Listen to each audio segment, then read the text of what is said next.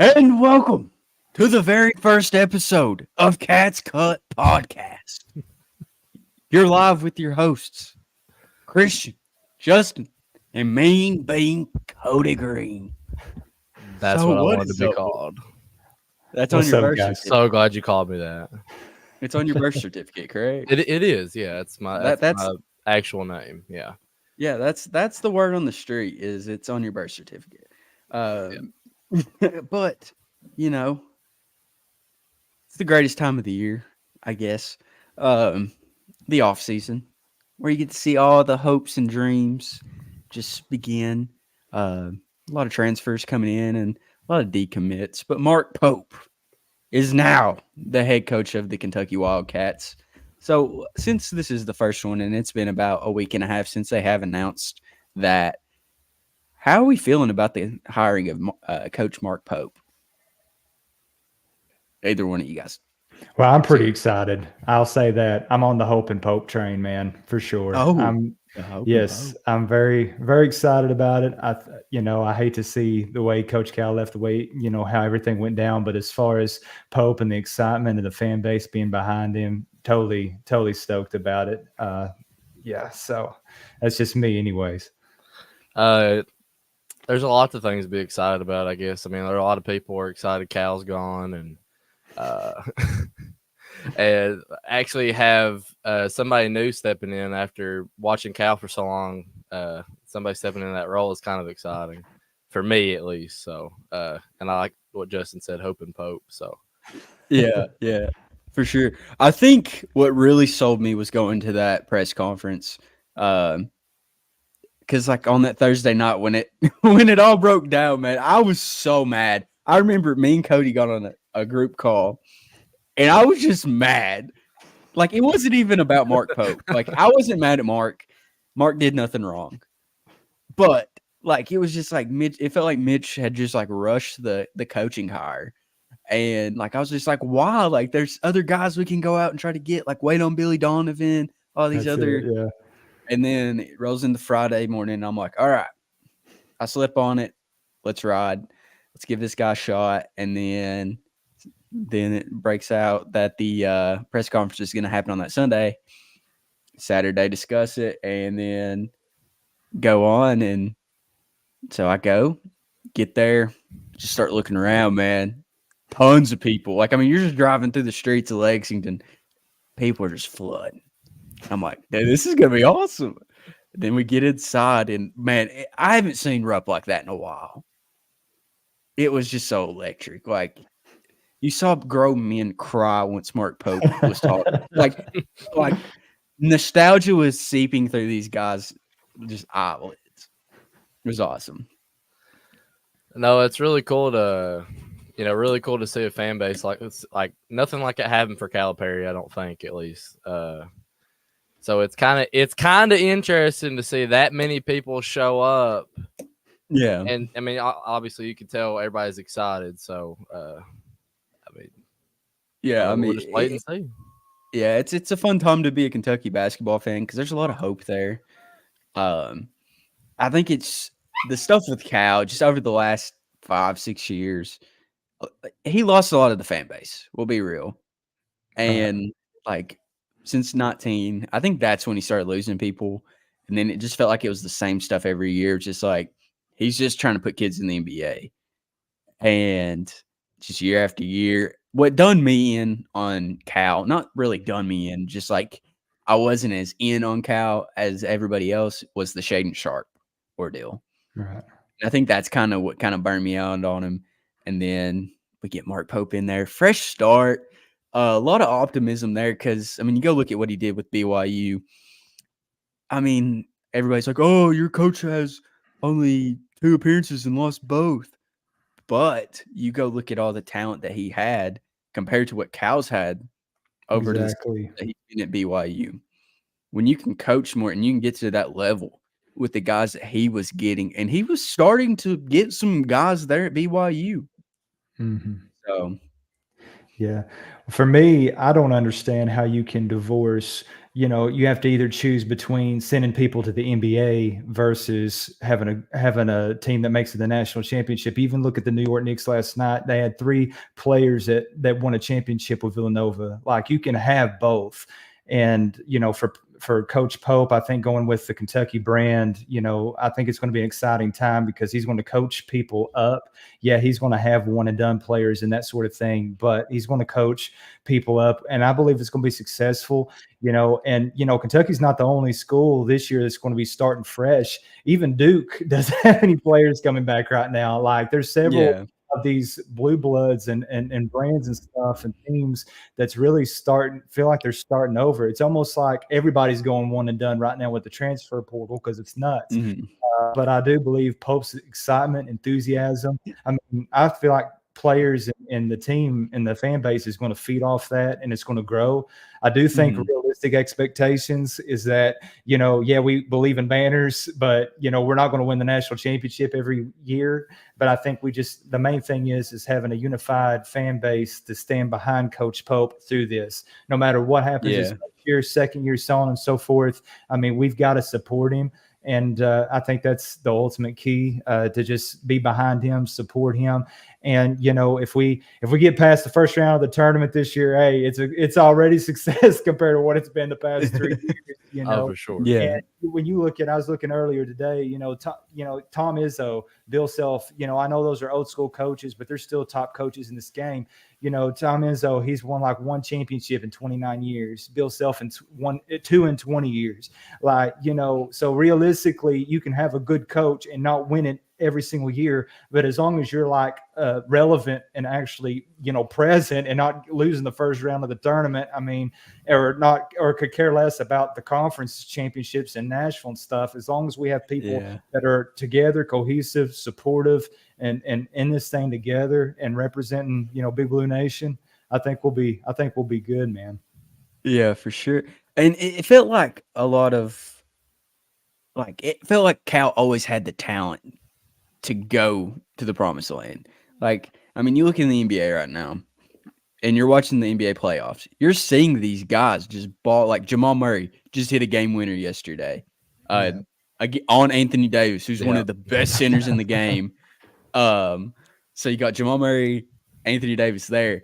Shai Gilgeous-Alexander is in the front running for MVP, played for Cal, didn't win a championship. There's other guys, Jared Vanderbilt's on. Tyrese Maxey's balling, going nuts. He got mugged last night, and he get that foul call. Yeah, Bam Adebayo's going for Defensive Player of the Year right now too. So, Casey Wallace, bro, locked down CJ McCollum the other day for the game winner and missed it. Malik Monk, he's in the running for 6th Man of the Year. So I mean, look how many people you got for NBA awards, like really big NBA awards. Yeah, for sure. And that's every year. Yeah. That's and like we've produced all the talent, but that's where I think the difference in Mark Pope and Cal is Mark Pope's going to get these guys in the right positions to win. Because like if you go watch BYU's offense, just look up highlights or lowlights, whatever you want to watch. Just go watch some tape on BYU, whatever you want to watch. You go watch the movement. Breaking news: Tyrese Maxey just won Most Improved Player of the Year. They just announced it. Awesome. So that's another Wildcat. So I mean, but go and just watching BYU's offense last year. Watch how much movement, how much just movement of the ball, people getting open on these moving screen, not moving screens, but screens being set and moving around them. So it's going to be interesting to see. I mean, I've heard a lot of people talking about how he kind of runs a similar offense to Cal, and I mean, I'm not watching any tape on BYU, but I want to go back to what Justin was saying about the fan base getting behind Pope, and I really hope that in 2 or 3 years, if we've not made it past maybe the 2nd or 3rd round of the NCAA tournament or the SEC tournament, I hope we don't push him out thinking that we're got the same standards as Calipari. Because when you look at Calipari when he came to Kentucky, he had already been to the national championship. He'd been coaching a lot longer than Pope has been coaching. And Pope, as of right now, has only been a head coach for 9 seasons. He's been the head coach at Utah State, and he's even the coach at BYU. He hasn't won an NCAA tournament. He hasn't won any conference championships. So I just hope as a fan base, we don't have the same expectations for him as we had for Cal when he first come. Yeah, well, I think too, another big thing for Pope is hiring Cody Fuger as an assistant coach, bringing him from BYU. And I think if we can, going into this year, which he really hit the transfer portal hard when he was at BYU, trying to get older, more mature players. They may have come in as 3-star recruits or something, but, having – and watching their offense, what I've seen of it, they're a 4-man out or 5-man out offense. And so for them, there's a lot of screens, a lot of 3-shot, a lot of backdoor cuts. That's really a lot of movement on offense. And that style of offense is today's success in college basketball. And so I think for him, I think he's going to grow. From a defensive standpoint, you've got a lot of, Rick Pitino's kind of backing and way he's been trained in that way. And then you've got this newer offense that is freestyle flows, frees up shooters. And that's going to bring a lot of, I believe it'll be a lot of success for him, as far as that goes. But I think the big thing is I do hope we get more players from BYU on this squad this year. And I'll tell you something too, who's going to really do good in this offense is Travis Perry. Perry's going to do really good in this offense. Of course, you've got a guy who scored over 5,000 points in high school. I know more than likely you guys watched the national championship, or Kentucky High School State Championship when they played Harlan County. Yeah. And he's an incredible shooter, man. He can just cross half court and pop it. He's dynamic. You get him in this style of offense where he's getting freed up to shoot. This dude's going to be successful too, and you get more shooters around. I think the add-on Amari Williams was a great add-on for us as well. Good sign-on, senior coming from Drexel. They've got a good foundation here to start. I know it's going to take a few more weeks to make up this roster, but as long as we can get some dynamic shooters to go with this offense, I think we're going to be in really good shape. And I'm excited about it. I really am. Good luck to Cal, but I'm so excited for a new chapter, man. I think it's going to be a great time. And also another thing, where he coached BYU, this is BYU's first season, I believe, in the Big 12, and they finished 5th. And Big 12 was arguably the toughest conference in college basketball. They did beat Kansas at Kansas. That's a hard place to win at. And when they played them, they were ranked 7th in the nation when they played at Kansas. They beat Iowa State. They beat some tough teams, finished 5th. I hate that they lost the first round of their conference tournament, but I just have a lot of great expectations. I believe Coach Pope is going to. I believe they're going to be a foundation laid to have successful years, to come here in the future. So yeah, I'm pretty excited. Yeah.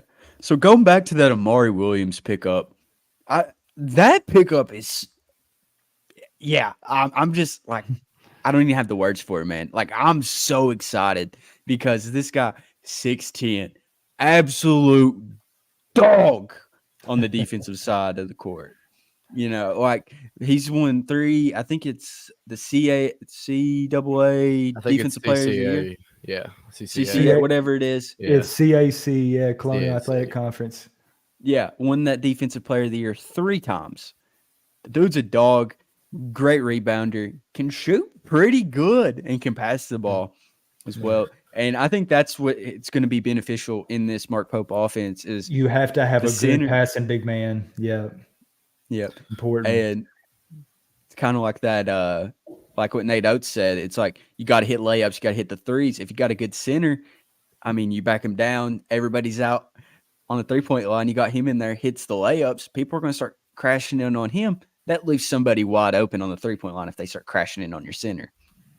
So yeah, it kind of makes me excited about that because I feel like the past couple of years we've had big guys that are 7 foot and up, but none of them have been bulky.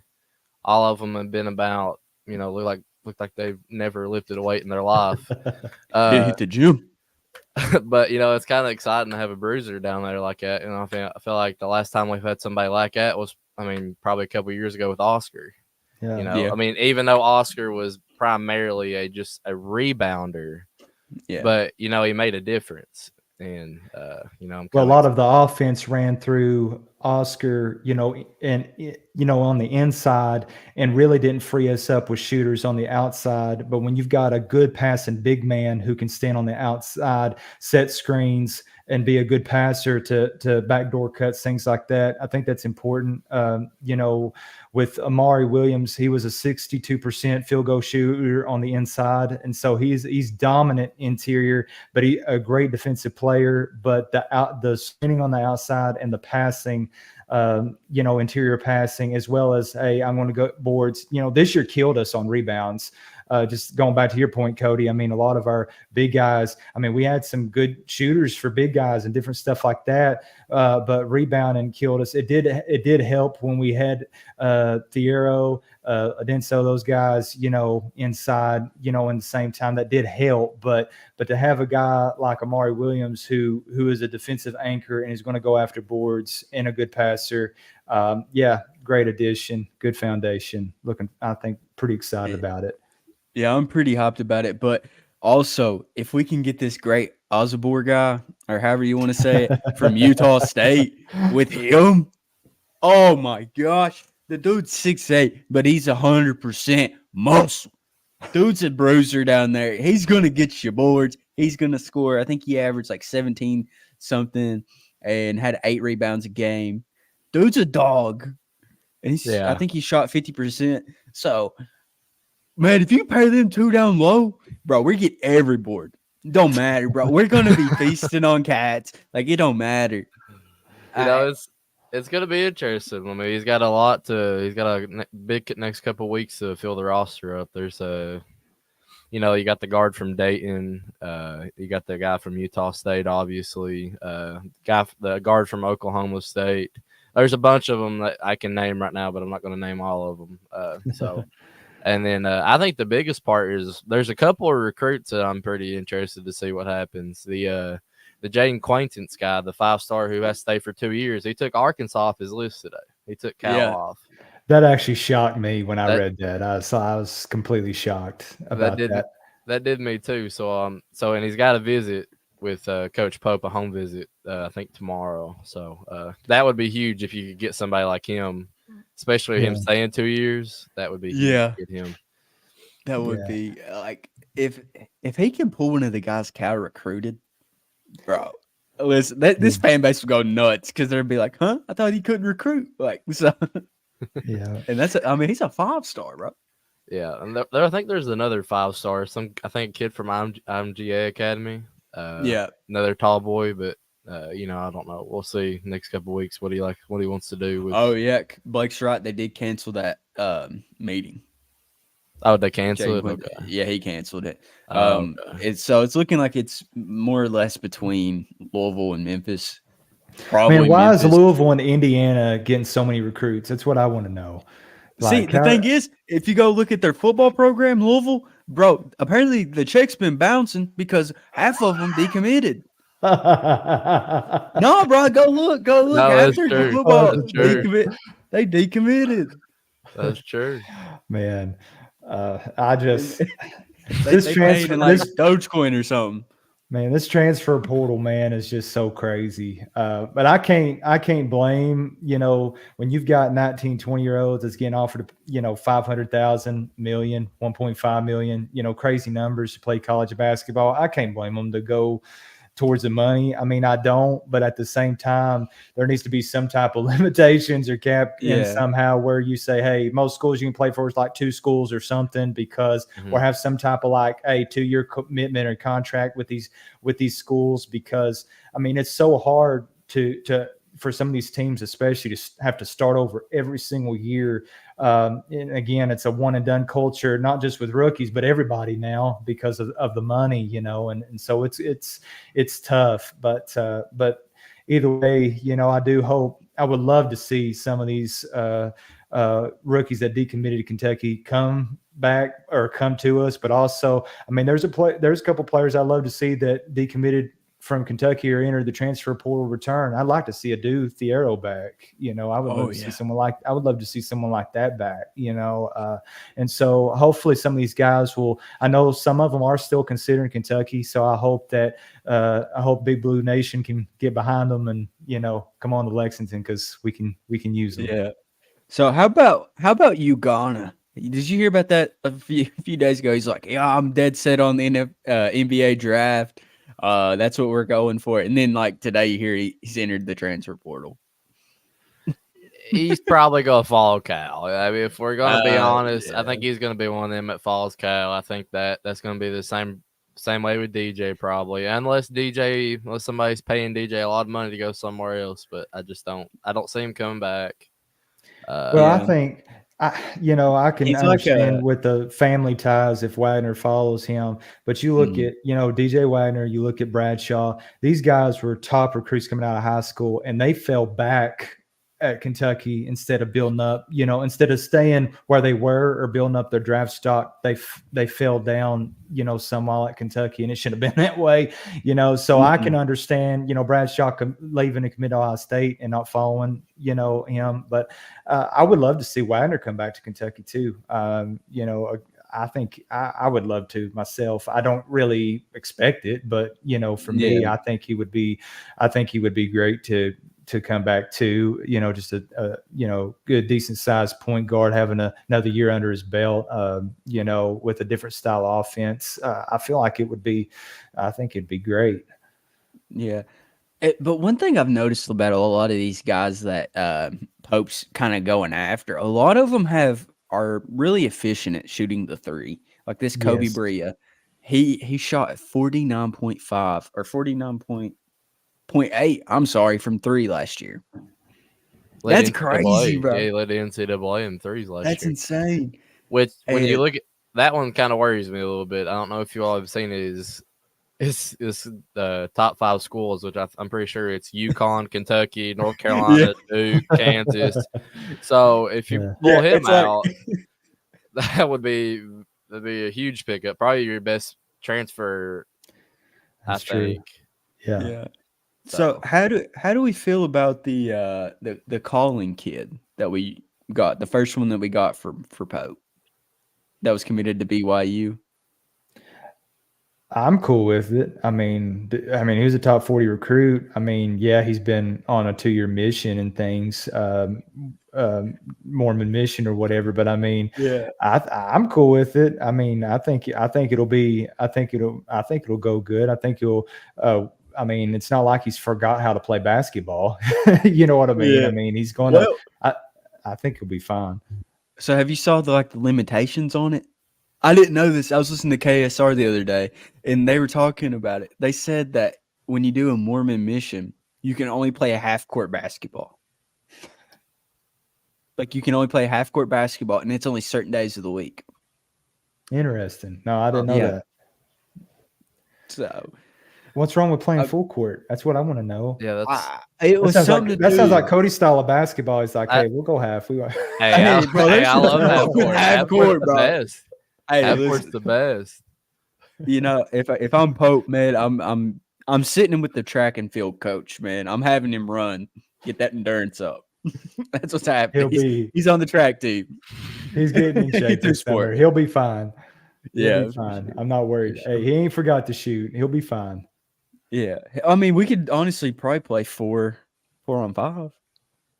Down there in the corner, just ready to splash it, bro. Just don't move. You stay in the corner when. I mean, Amari Williams is so good at defense. He probably makes up for 2 people. He might. Yeah. He can cover the floor. But yeah. I mean, I'm just excited though, guys. Like Richie Saunders, another guy that can really shoot from BYU that Pope's kind of interested in. Bro, are they going to bring back the little banners? You remember the banners that we used to have when that they would hang up for each 3? Do they still do that at Rupp? Yeah, they still do that. Okay, I want them to make it bigger. Like, just put it like on the court. Each 3, just slam it right on the court. Fill up the Probably. whole court. They probably won't do that. No, they won't. Not at all. No. So, go Big Blue. Yes, sir. Go Big Blue. But hey, by the way, if you're watching on Facebook, I don't know whoever you're watching on, but type in the chat. We're gonna answer you guys if you type in the chat. Except if you're Blake Ramey, we're not. Yeah, answering we're not those. answering it if you're Blake Ramey. Yeah, you get a cap. Yeah, you get a cap. You're capped out, buddy. Bucko. But yeah, go ahead and send us any questions. We'll try to answer them as best we can. With the knowledge we kind of have. Me, not so much. Cody is the UK, the source, I guess you could say. He knows all. Yeah. I wish. No. That'd be nice. The good words to use, anyways. Yeah. But yeah, Pope, I'm excited. We'll see how it all pans out. I would say you'll start getting a fuller roster at the end of next month. I'd say you'll probably have the full roster by then. And then we'll be. If you had a choice for an assistant coach with Pope, who would you get? Rick Pitino. Get him back, baby. Give me Pitino. It's feeling like 96 up in here. No, but you actually talk about Pitino. I know it's kind of off top, but I'm kind of excited for that St. John's game if it happens. If I've been hearing what is going to happen, I'm kind of excited for that because when's the last time Rick Pitino's been at Rupp? It's been a while. It's been a long time. Since he's been at Louisville. Yeah, it's been a long time. But going back to that assistant coach, I like Alvin Brooks from Baylor. Mm-hmm. I've saw we've been in contact with him. He's actually flying somewhere. He put like a thing on his Instagram story about him flying. Are you tracking flights too? Buddy, if you ain't tracking flights, you ain't doing nothing. You're not a real fan unless you're tracking the flights. I put a bug. Well, we tracking everybody from Baylor. We're tracking everybody from Baylor. I've been tracking flights since I was like 15. Let's be real. I remember tracking Hugh Jackson's flight from Cincinnati to Cleveland.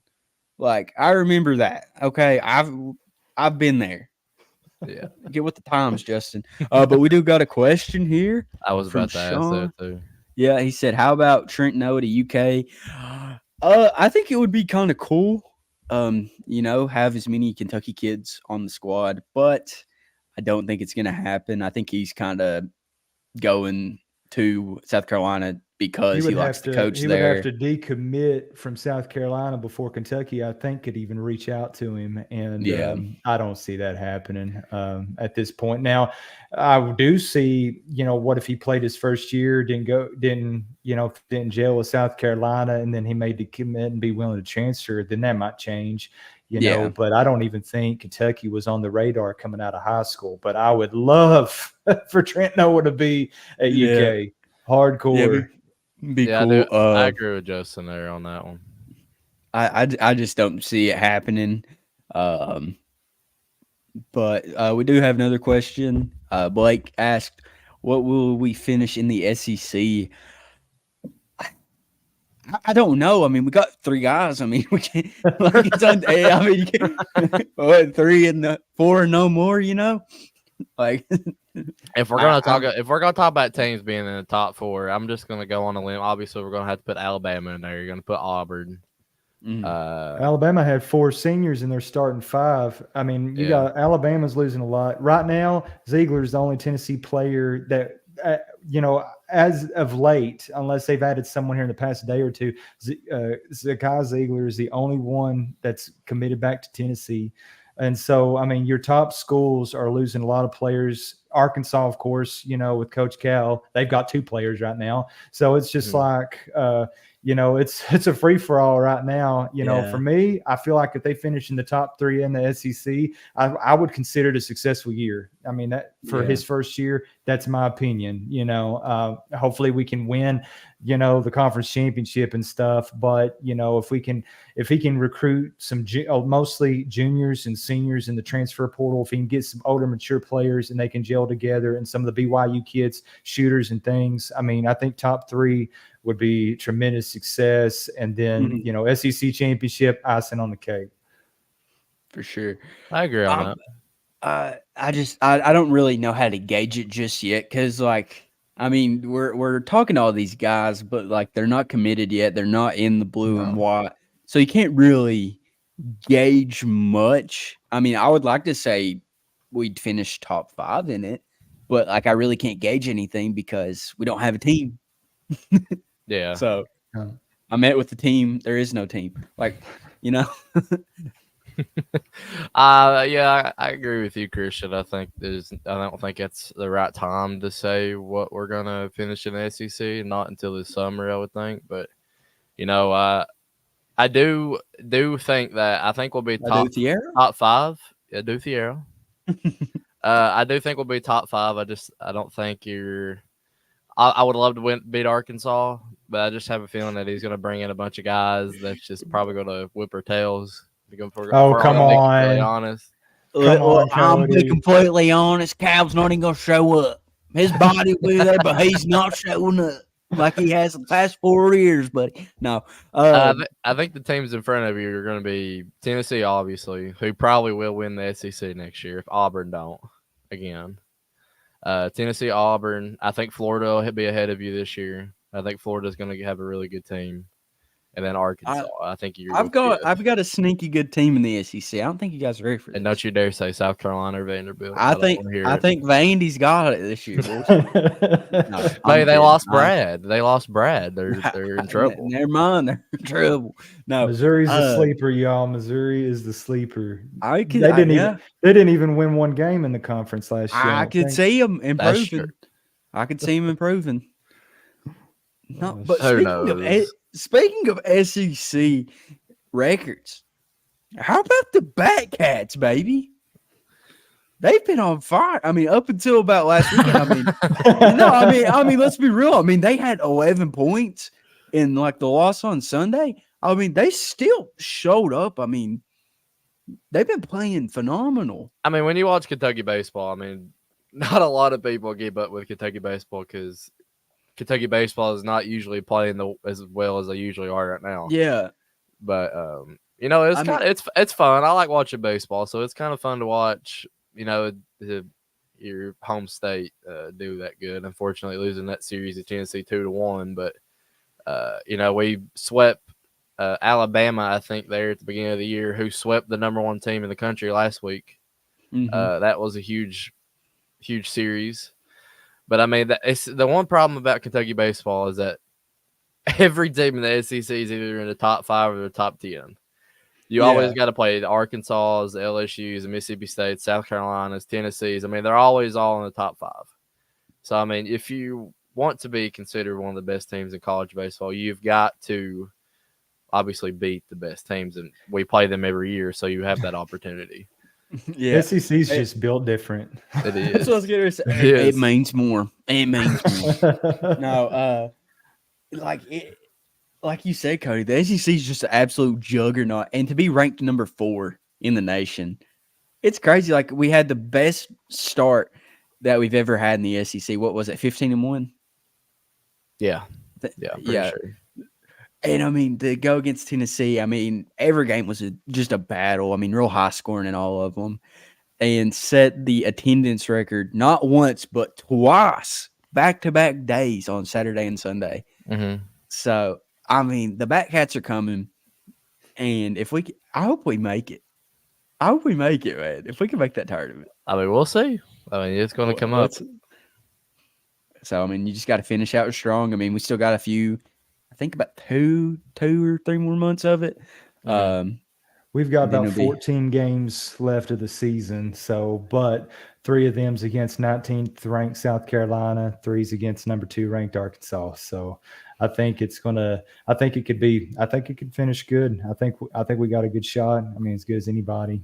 Like Cody said, I mean, SEC's just tough in baseball this year. For the top teams is SEC. So I think really the rankings change this week because Kentucky, Tennessee flip-flop with third and fourth. But we got a great squad and got a legit shot at it. So yeah, got a couple more weeks. SEC tournament starts, I think, 3rd week of May. So we got about another month out. Yep. And I want to answer Blake's question here. Yes, I do. Nick, you got Nick Lopez, infield, Ben Higdon, outfield, Ethan Hiddle. I mean, I know about Kentucky baseball. Don't ask me questions about that. Oh, that's what we like to hear. Get him. So Blake asked, he said, who will have a better year, Mark Pope or Kenny Brooks? Now, that's a good question. I love that question because I want to say Mark Pope, but like my heart wants to. But I think Kenny Brooks, well, he's building, man. Bro, he's been pulling some recruits in, man. There are gonna be some dogs next year. Well, if you compare where women's Kentucky basketball was this past season to what they're going to be next season, then absolutely, hands down, Kenny Brooks is going to be the greater success because, I mean, they were in the bottom 3 in the SEC last year. So you go finished 4-12 in the SEC. So, I mean, Kenny Brooks already almost got his roster filled up. You know what I'm saying? Like over half of it's already filled. Several players from Virginia Tech. He had I think it was the 9th highest recruiting class this year coming to Virginia Tech. So immediately going to Kentucky, I mean, he's pulling a lot of those recruits in the transfer portal and things. And so, I mean, the basketball teams the women's basketball is going to go improve so much. So, yeah, I'm going to say, I would say Kenny, in the situation when you compare to the last season to this season, what's going to be Kenny Brooks. Yeah, I agree, man. No, I do. I think Kenny Brooks will obviously have a better year than Mark Pope when you see what he's brought in. So it's like it's really interesting because he's already brought in 3 girls that are not out of the United States. He's brought which the All-American he brought. She's from Australia. You got someone from what are you laughing at? Me? No, he said All-American, but she's from Australia. I just think that's funny. Yeah. I didn't even catch it. I got it now. I know what you're saying. But I do. He's already got his roster together, and he already knows what he wants to do. He made the Final Four 2 years ago, and he is I think all around better coach than Pope. He's been doing a lot longer, and I do think he'll do a lot better than Pope. Gotcha. So year 1, you're taking Kenny. I think we're all taking Kenny Brooks. Yeah, I bought season tickets for women's basketball this year, so I'll be in attendance for every game. Where at? Where's your seats at, Cody? On the court. They're on the court. I thought Kenny. Yeah, you're reffing. Kenny. Yeah, I'm reffing actually. Yeah, I'm the referee there. Yeah, you thought you slick with that one, boy. Come out the fact check. No. No, but I'm excited, man. Kentucky sports they're going in the right direction. I think across the board. Football, really like where the football program's going. I don't know about you, but have you guys seen Brock Vandergriff? No. Embodies the state of Kentucky. The Eastern. He looks like he was born and raised in Eastern Tennessee or Kentucky. He looks like he's a mountain boy. He really does. Being a kid, I think he's from Georgia. He's from Georgia. Yeah, he's from Georgia, which I guess that kind of makes sense too. But I think Mark's got a good roster together right now. Obviously, the transfer portal, spring transfer portal, just opened, so we're gonna see what he does there. The running back from Toledo, who was committed to Louisville, is down to Georgia and Kentucky. Yeah, who had 1,400 rushing yards and I think 28 touchdowns, 20 plus touchdowns. Yeah. And then he was player of the year in that division. He was the player of the year like 2 years in a row. And you got the running back from I think Oregon State. In Colorado. He just entered. Well, I'm not saying nothing on the Colorado kid, but well, he just entered. I was just throwing that out there. Yeah, but you also had a D lineman from Rutgers come in. We'll see how that plays out, but you got to beat Georgia. You got to. It's one of the most impossible tasks. It's due. But you've got, if you want to build your program up and like be better, you've got to beat Georgia once in the next 5 years. You've got to. And I'm gonna say it. I say this every year, and I know Blake's gonna say something, or somebody in the comments is gonna say something to me. We've got a shot at it this year. I'm telling you, we've got a shot at it. Bro, last year I was sold. I was sold we were taking them. till we got down there and just got looked like we was a high school team, bro. Okay, so we do this every year. We win all 6 games because we play nobodies the first 3 games. We pull the Florida win out every year somehow, and then we randomly beat some other team that it's just someone random. We shouldn't beat. Yeah.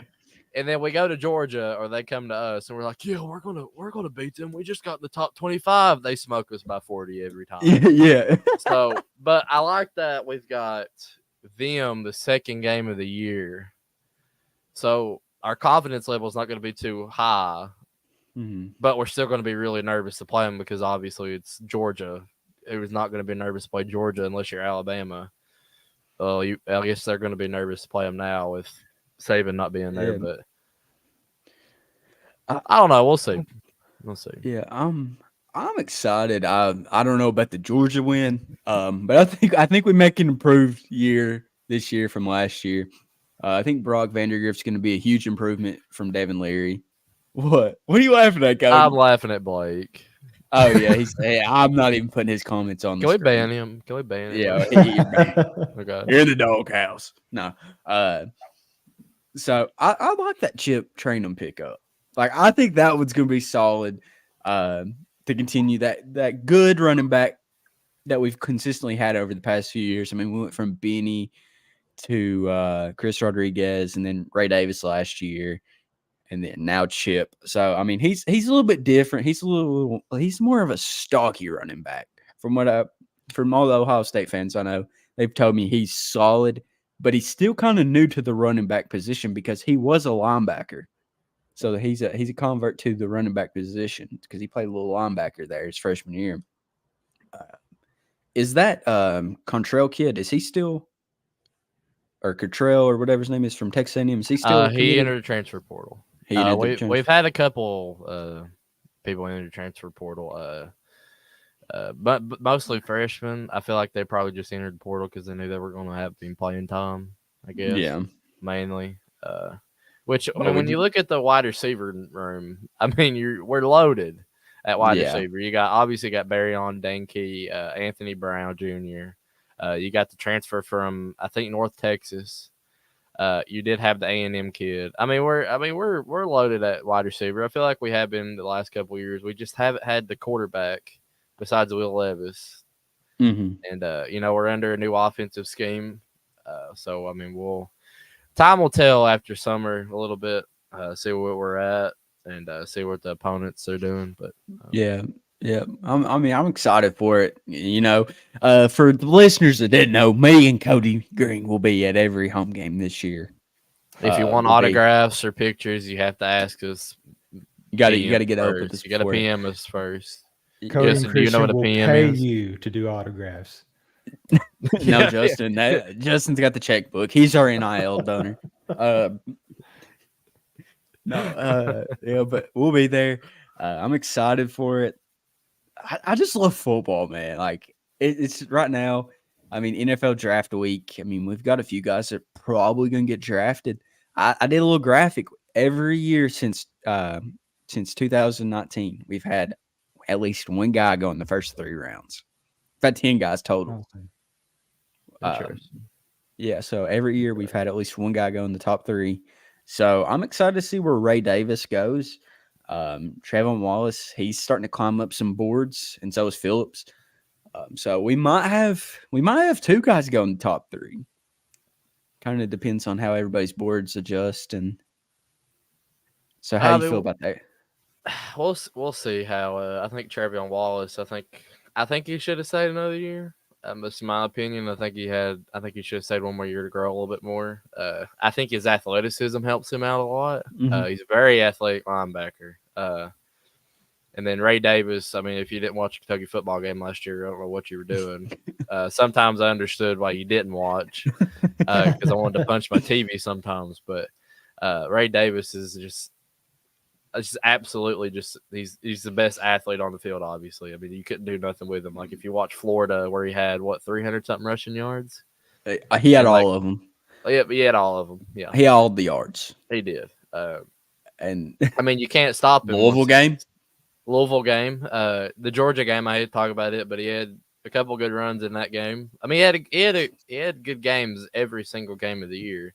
So I mean, I think it's going to be hard for him to see where he's got Blake Corum he's competing with. I mean, there's the running back class for the NFL this year is just absolutely insane. But oh yeah, this class we'll this see. year is crazy. We'll see. But as we end this episode, let's end this on a funny note. So we're gonna each give the best game we've been to and the worst game we've been to for Kentucky sports. Well, that's easy. I think Cody already knows mine, but so who wants to go first with the best game that you've been to? It don't matter which sport. I'll go last. Cody. Okay, I'll go first. Yeah. Probably the best game that I've been to, which I've only been going to football games, like season ticket wise, with Christian for the past 3 years. Was probably the year we beat Florida at home for the first time in 575 years or something like that. Yeah. That was an insane moment and probably the worst game. And I already know what Christian's is going to be. It's probably that's kind of tough. I've been to a lot of bad Kentucky football games. Well, it doesn't even have to be football. It can be basketball. Oh, I know. I've not been to many basketball games, unfortunately. Oh, I'm going to say either the Missouri game last year, which was the stupidest game I've ever been a part of, and probably one of the Georgia home games, which our first game I think me and Christian went to was the Georgia game in 2020 when Justin was with us. Oh, yeah, all three of us. Yeah, we were all three of us were there. We were all three there. We lost 14-0, and we were getting screamed. I was falling asleep in the bench, man. It was the most boring game I've ever been to. Boring game. That was the most boring game. That was one of the worst for me. I'll go ahead and put that out there too. I think the best part of that game was the old lady screaming at us to put our masks. Yeah, Nancy Pelosi over there. Mask up. So I went and bought a bucket of popcorn. So every time she looked at me, I just dip my hand in there and eat popcorn because I wouldn't say anything to you if you were eating. So yeah, that was COVID didn't exist when you ate. It was probably the Georgia or that Missouri game. And obviously all the Tennessee games you go to, we always, for some reason, just want to fumble the bag every time we play them. I don't know how we do it at home, but that's fine. Yeah. For me, best game was when I went to a game back when Ulis, I believe it was Tyler Ulis, I think it was his second year with Kentucky. We won at Tennessee. I was there at that game. Amazing. Loved it so much. But most cases, I think that's the only Kentucky-Tennessee basketball game that I've ever been to personally that we actually won. And there's nothing worse than being at UT and watching Kentucky lose because they're fans. It's just a horrible experience. You always get into it with somebody old, like 70, some blue hair somewhere, just going off about something, and you're just yelling at each other for no reason. You're like, why am I doing this? This is so stupid, But yeah, it's Kentucky, Tennessee, best and worst. And I've had the opportunity to go watch and play at Tennessee past 2 years. And past 2 years, I said, ain't no way I'm going. And sure enough, we won. But yeah, it's Kentucky, Tennessee, best and worst for sure. Yeah. So the best game I think I've been to, it's a tie between two. Florida game, me and Cody, insane. The energy was just different, and I loved it. Like those type of games, just amazing. And then the game, me and Cody were actually in Lexington, and we just randomly decided because we played Tennessee. It was Oscar's first year there. We were just like, let's go because we looked at tickets. They were like $10 a piece, and so we get him. We're like 4 minutes late for the game. So we walk in and we get in there and we blow them out. We beat them by like 30. Ty's going nuts. Oscar's going crazy. I mean, that was just like the energy was good there at Rupp. I mean, it was just a great day. So I would say that's probably the best basketball and best football was that Florida game. The worst was that Missouri game. Good Lord. I hated that day. I was like a week off a broken foot, and my idiotic self was like, let's go to the game, Cody. I was like, you just drive, and I will go. And I was attempting to use crutches, and I was getting ready to shove them at somebody's yard, and Christian doesn't know how to use crutches, so it was hilarious for me watching him try to use them. And I'm just like 2 miles away screaming. from the stadium. I'm just walking, I'm screaming, and and there's kids around, and it's just not good. And then we get to the game, the fake punt happens. They're lined up for a punt on like the 30, and I'm like, what's going on here? Like, they're not punting that. Like, come on. Then score touchdown. It starts raining. My foot gets wet. Then I got to walk a half mile with a broken foot. Just horrible. Horrible. You laugh. Keep laughing, bucko. Oh, that might have been one of the greatest games, I will say. That was just fun to watch Christian fuss the whole time. Oh, man. I was so mad. So bad. But thank you guys for tuning in. Yeah. Great first episode, boys. Been a lot of fun. Can continue this on Apple Podcasts, Spotify. This live is actually it's already on YouTube. So wherever you want to watch or hear this podcast, it's there. All you gotta do is type in Cats Cut Podcast. Besides TikTok, it'll be there. Don't do it on TikTok. We don't have TikTok. Don't do it on TikTok. That's not us. No. That's not us. It's a scam. Except Cody. Yeah. So yeah, thanks you guys for listening, and go Big Blue. Go Cats. Big Blue Nation. Hope and Pope.